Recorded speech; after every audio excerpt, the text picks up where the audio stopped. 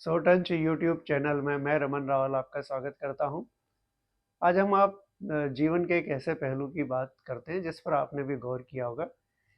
बीते कुछ समय से, दशक से भी अधिक समय से हम ये देख रहे हैं कि देश में धर्म, ध्यान, पूजा पाठ, यज्ञ अनुष्ठान, कथा प्रवचन, ताबीज और रुद्राक्ष वितरण, इनका काफ़ी आयोजन हो रहा है, कथाएं हो रही है बहुत।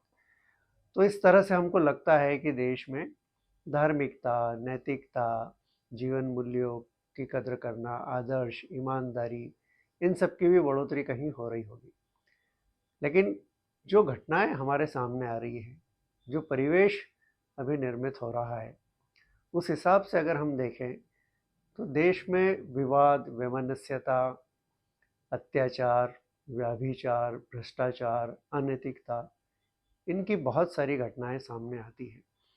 और ईमानदारी तो आप देखिए कि एक तरह से विलुप्त हो गई है। बहुत छोटी छोटी बातों में हम ईमानदारी और नैतिकता की, चौराहों पर खड़े होकर बात तो कर लेते हैं, जब आचरण की, क्रियान्वयन की बारी आती है तब हम उसको भूल जाते हैं। बहुत छोटी सी बात समझिए आप, यातायात सिग्नल चौराहे पर लगा है, वहाँ खड़े हैं हम, अगर देख लिया कि ट्रैफिक जवान नहीं है तो हम उसको क्रॉस कर लेंगे। बहुत मामूली सी बात है आपके लिए, उन लोगों के लिए जो उसको क्रॉस करते हैं, लेकिन ये कानून का, नियम का उल्लंघन तो है। बाबुओं को रिश्वत देते हैं हम जाके उन कामों के लिए जिसमें कोई महान काम नहीं होता, लेकिन उसको हमने एक परिपाटी और परंपरा बना लिया और दोष सारा हम जो है शासकीय मशीनरी पर डाल देते हैं। हम भी तो चाहते हैं कि हमारा काम तत्काल हो जाए, हमको लाइन में नहीं खड़ा रहना पड़े, इंतजार नहीं करना पड़े। आप देखिए कि ये सारा क्यों है? क्योंकि हम व्यावहारिक रूप से उस तरह से नहीं पेश आते हैं जैसे कि एक जिम्मेदार नागरिक को होना चाहिए।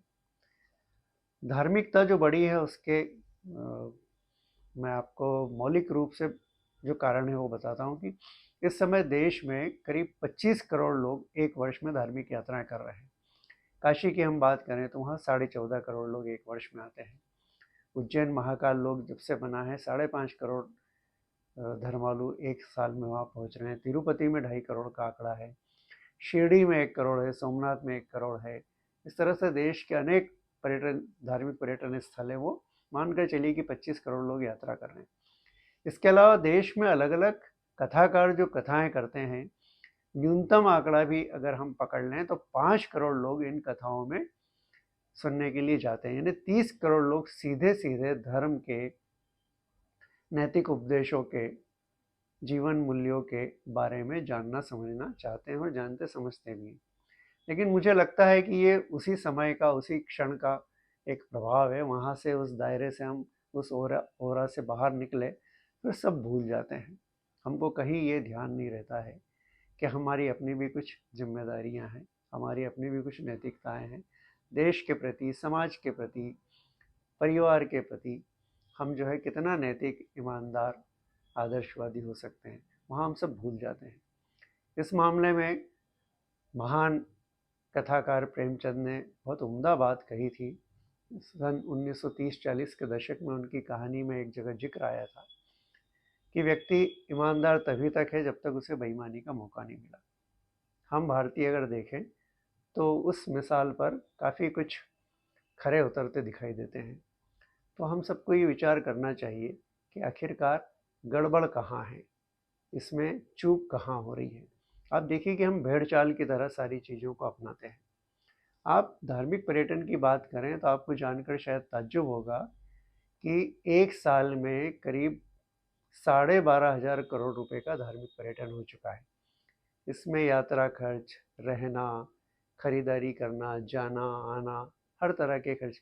बेशक बहुत सारे लोगों को रोजगार मिलता है, व्यापार बढ़ता है, रुपया जो आपने घर में दबा कर, बचा कर, संचय करके रखा है उसका उपयोग कर रहे हैं, अच्छी बात है, उसमें कोई बुराई नहीं है। लेकिन जिस उद्देश्य से, जिस भावना से आप धार्मिक यात्राएं करते हैं, कथा प्रवचन सुनते हैं, उसका जीवन में कहीं तो कोई असर होना चाहिए। मुझे मालूम है, और मेरा कोई मंतव्य भी नहीं है कि मैं आपको कोई उपदेश दूं। मैं तो खुद ही बोल रहा हूँ कि इस तरह की बातें जो हैं अब बकवास की श्रेणी में आने लगी है कि आपको कोई कुछ बताए तो आपको लगता है कि आपके पास पर्याप्त ज्ञान, समझ और जानकारी है, आप मेरी बातों को भी उस तरह से ले सकते हैं। मैं कतई बुरा नहीं मानूंगा। नमस्कार, जय हिंद, जय हिंद, जय भारत।